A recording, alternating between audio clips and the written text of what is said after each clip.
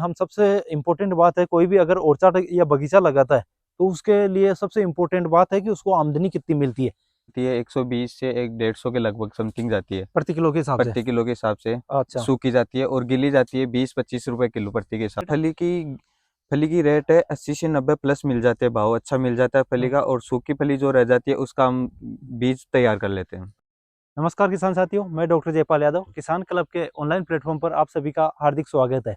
आज हम बात करने जा रहे हैं, जो किसान साथी ड्रम स्टिक या मोरिंगा या सहजन की खेती करना चाहते हैं वो किस प्रकार से खेती कर सकते हैं। आज हम इस वीडियो के माध्यम से जानेंगे कि जो किसान साथी सहजन की खेती करना चाह रहा है तो वो किस प्रकार की मिट्टी के अंदर यह सहजन की खेती कर सकता है, किस प्रकार के पानी के अंदर कर सकता है, कितना उसको खाद की आवश्यकता होती है, या उसका कौन कौन सा ऐसा पार्ट है जो जो न्यूट्रिशनल वैल्यू रखता है, या उससे अपन लाखों रुपए की कमाई कर सकते हैं। तो आज हम आए हैं जयपुर जिले के एक गांव, छोटे से गांव नाथिकाबास, जिनमें एक किसान ने, ये पीछे आप देख पा रहे होंगे, ये लगभग 1500 पौधों का एक ओरचाट लगा रखा है। तो इनसे हम जानेंगे कि इन्होंने ये कब लगाया, किस प्रकार से लगाया, कितने खाद की आवश्यकता होती है, या इसके जो न्यूट्रिशनल वैल्यू है वो क्या है, इसके साथ में इसका जो क्या उपयोग आता है, और इसको मार्केटिंग कहाँ करते हैं और कितनी कमाई कर रहे हैं ये, तो आप किस प्रकार से इसकी खेती कर सकते हैं। तो नमस्कार जी। नमस्कार जी। आपका एक बार परिचय दे दो कि आप कहाँ से हो, और उसके बाद में हम बात करेंगे इस सहजन की खेती के बारे में। हाँ जी, मेरा नाम है दीपक यादव। मैं जिला जयपुर से रहने वाला, तहसील किशनगढ़ रहने वाला है। मैं एक गांव नाती के पास में रहता हूँ। तो आप पहले, सबसे पहले हमारे को ये बताओ कि आपने ये जो सहजन की खेती स्टार्ट की, ये स्टार्ट कब की, या कितने साल पहले का जो ये ओरचाड़ लगा हुआ है, ये कितने साल पहले का लगा हुआ है। आज सर ये 4 साल पहले का है। 4 साल पहले का। तो इसके लिए आपने ये जो सीड मंगवाया, या आपने जो पौध मंगवाई वो कहाँ से मंगवाई सीड। जी सर, ये हमने तमिलनाडु से मंगाई थी, ओनली सीड मंगाई थी। पीकेएम फर्स्ट वेराइटी और पीकेएम सेकंड वेराइटी है। अच्छा, पीकेएम फर्स्ट और सेकंड। पीकेएम सेकंड वेराइटी आपने मंगवाई थी। तो उसके बाद में आपने इसमें जो इसका लगाने का जो उचित समय है वो किस टाइम पे है। ये सब बरसात का समय अच्छा है, जून जुलाई है। जून जुलाई में। तो आपने सबसे पहले जो लगाया, तो लगाने के लिए आप किसान साथियों को बताओ कि आपने सबसे पहले खड्डा कब तैयार किया, या फिर खड्डे में जो तैयार किया तो उसके बीच में ये डिस्टेंस, जो पौधे डिस्टेंस कितनी रखी, 10 और बाई 10। ये रो टू रो डिस्टेंस कितनी रखी। तो आपने ये गड्ढा कब तैयार किया। गड्ढा है जून या जुलाई में किया था सर। जून जुलाई में।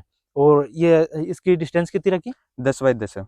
10 बाई 10 10 है। फीट की रखी। हाँ। इसके साथ में आपने जब लगाया तो कौन कौन से खाद आपने इसके इसमें अंदर एक काम तो में। डीएपी, एक एसएसपी और एक गोबर की खाद। गोबर की खाद भी, गोबर की खाद में काम में लेते हैं तो उसमें सब प्रकार के न्यूट्रिएंट्स आ जाते हैं। नाइट्रोजन, फास्फोरस, पोटेशियम हो गए, जो सेकेंडरी न्यूट्रिएंट है वो भी आ जाते हैं। इसके साथ में जो सूक्ष्म पोषक तत्व है वो भी आसानी से मिल जाते हैं। इसके साथ में इनकी जड़ों की ग्रोथ के लिए जो डीएपी की या फास्फोरस की आवश्यकता होती है वो भी इन्होंने इसके अंदर काम में लिया। तो अब ये बताओ कि आपने जब ये लगाया तो इसमें सबसे पहले तो कि इसके किस प्रकार की मिट्टी चाहिए, या किस प्रकार का पानी चाहिए इसके अंदर, या कोई भी चल जाएगा इसमें, कैसी भी।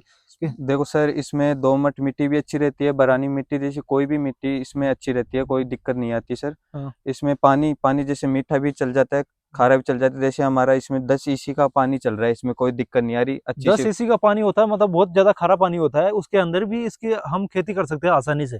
इसमें जैसे गेहूं जो अपन लगाते हैं उसकी बजाय अगर गेहूं जो होती है इनमें नॉर्मल इसी की आवश्यकता होती है, लेकिन ये इसमें जो अगर आपके पास पानी खारा है, आपकी जमीन ऐसी है जो एकदम बारानी जमीन है जिसके अंदर आप नॉर्मल खेती नहीं कर पा रहे, उसके अंदर भी आप इसकी ड्रम स्टिक्स की खेती कर सकते हो। तो इसमें जो अभी ये ग्रोथ हुई, तो आपने लगाया, लगाने के बाद में इसकी जो पहले ग्रोथ हुई वो ग्रोथ कैसी क्या रहती है इसमें। देखो इसमें ग्रोथ जैसे अगस्त में अपने पौधे लगाए, इसमें हम्म, गड्ढे में रोपण किया, हाँ। तो इसके बाद में सालाना है, इसमें अपन की तुड़ाई अच्छी चालू हो जाती है। जैसे फली भी बिकती है, इसकी पत्तियां भी अच्छी रहती है, इसमें हाँ। इसके फूल भी बिकते हैं। अच्छा, सब इसका मतलब हर एक पार्ट इसका बिक सकता है। उसमें जो कमाई का सोर्स है वो हर एक पार्ट, इसका पौधे का हर एक पार्ट इसमें कमाई का सोर्स है। इसमें आप ये बताओ कि इसमें कटिंग कितनी ले सकते हैं। जैसे इसके आपने बताया कि इसके पत्तियां है, पत्तियां भी बिकती है, इसकी हाँ फलियां भी बिकती है।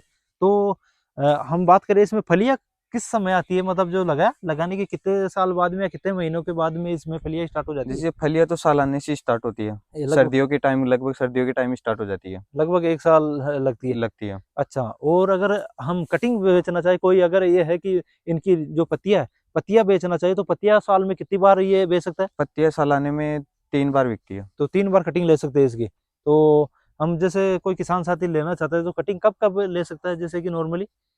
नॉर्मली एक तो बारिश से पहले ले लीजिए, हाँ जो बारिश के अंदर अच्छी फूट जाए। हाँ। फुटान होने के बाद में 3 मंथ बाद में वापस हार्वेस्टिंग कर लीजिए, फिर हाँ पानी दे दीजिए तो हाँ। वो हो जाएगी अपने आप। अच्छा, अगर इसमें पानी की एक और चीज़ बताओ कि इसके अंदर पानी ये लगभग कितने दिनों के बाद में पानी दे? जैसे कि आपने लगाया, लगाने के 1 महीने बाद, 2 महीने बाद या हर 10 दिन के बाद, 15 दिन के बाद में कितना पानी की आवश्यकता होती है इसमें इस ज़्यादा पौधे को? पानी की आवश्यकता नहीं होती, इसमें अपने 2 मंथ में 1 या 2 बार सिंचाई कर सकते हैं नॉर्मली ड्रिप से। अच्छा, 2 महीने में 1 या 2 बार भी अगर आपने ड्रिप से सिंचाई कर ली, तो वो भी इसके लिए काफ़ी है। अगर साल में इसके बात करें हमने न्यूट्रिशन की या खाद की, तो इसमें खाद कितना की आवश्यकता है या साल में कितनी बार खाद दें इसके अंदर?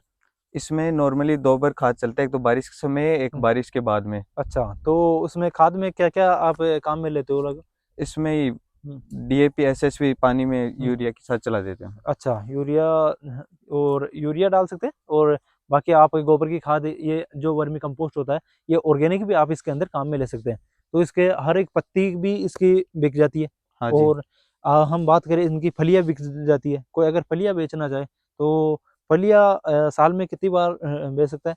साल में इसकी फलियाँ तो 1 बार बिकती है। अच्छा, जिस- और पत्तियाँ 3 टाइम बिक सकती है। तो साल क्या में 3 बार हार्वेस्टिंग होती है। अच्छा, तो इसमें पत्तियों की रेट जैसे आपको मार्केट वैल्यू की बात करें, हम सबसे इम्पोर्टेंट बात है कोई भी अगर ओरचाट या बगीचा लगाता है, तो उसके लिए सबसे इम्पोर्टेंट बात है कि उसको आमदनी कितनी मिलती है।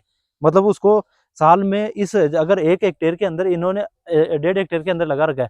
अब अगर 1 हेक्टेयर की बात करें, 1.5 हेक्टेयर में इन्होंने 1500 के समथिंग प्लांट लगा रखे हैं, 1 हेक्टेयर में लगभग 1000 के समथिंग प्लांट आएँगे। तो कोई भी आदमी लगाता है, तो उसमें पहले ये देखता है कि उसके उनको मिलेगा क्या? उसमें साल में उसकी इनकम कितनी का आएगी? तो आप ये बताओ कि आपने जो पत्तियों का बताया कि ये एक पौधा है, लगभग आपके 3 या 4 साल का हो गया, 3 या 4 साल का हो गया। तो इसमें एक पौधे में 1 साल में आपने 3 तुड़ाई बताई, तो इसमें पत्तियाँ कितनी के एक पौधे से लगभग कितने किलो तक मिल जाती है? देखो सर, इसमें 120 से 150 के लगभग समथिंग जाती है, प्रति किलो के हिसाब से? प्रति किलो के हिसाब से। अच्छा, सूखी जाती है और गीली जाती है 20-25 रुपए किलो प्रति के हिसाब से। मतलब सूखी उसमें 150 रुपए के समथिंग चली जाती है और जो गीली है, गीली की रेट कम रहती है, 20 से 30 रुपए प्रति किलो के हिसाब से निकलती है। मतलब और दूसरी चीज़ हम ये जानना चाहते हैं आपसे कि एक पौधे से लगभग कितनी पत्तियाँ आपको एवरेज हो सकता है कि इतना इसमें प्रोडक्शन बैठ जाता है हमारा? गीली समथिंग 10-15 किलो तो दे ही देती है। 10-15 किलो, है ना?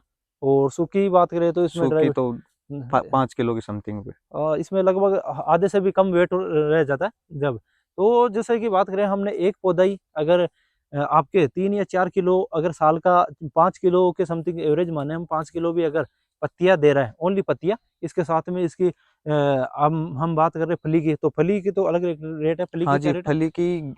फली की रेट है 80 से 90 प्लस मिल जाते हैं, भाव अच्छा मिल जाता है फली हाँ। का। और सूखी फली जो रह जाती है उसका हम बीज तैयार कर लेते हैं। अच्छा, बीज भी इसका बीज भी अगर कोई किसान साथी अगर नया ओरचाड़ लगाना चाहता है तो उसको जैसे इन्होंने बताया कि हमने तमिलनाडु एग्रीकल्चर यूनिवर्सिटी से मंगवाया, कोई किसान अप्रोच नहीं कर सकता कि हर कोई किसान यहाँ से इतनी दूर अप्रोच नहीं कर सकता, तो अगर कोई लगाना चाहता है तो इनके पास भी आप सीड अवेलेबल करवा सकते हाँ हो, जी सर। सीड अवेलेबल करवा सकते हैं, इनके हम आपको नंबर मेंशन कर देंगे, तो अगर कोई लीव्स खरीदना चाहता है तो वो भी आप प्रोवाइड हाँ करवा जी सकते सर। हैं। इसका मार्केट क्या है, कोई अगर लगाना चाहे तो वो मार्केट कहाँ पे बेच सकता है?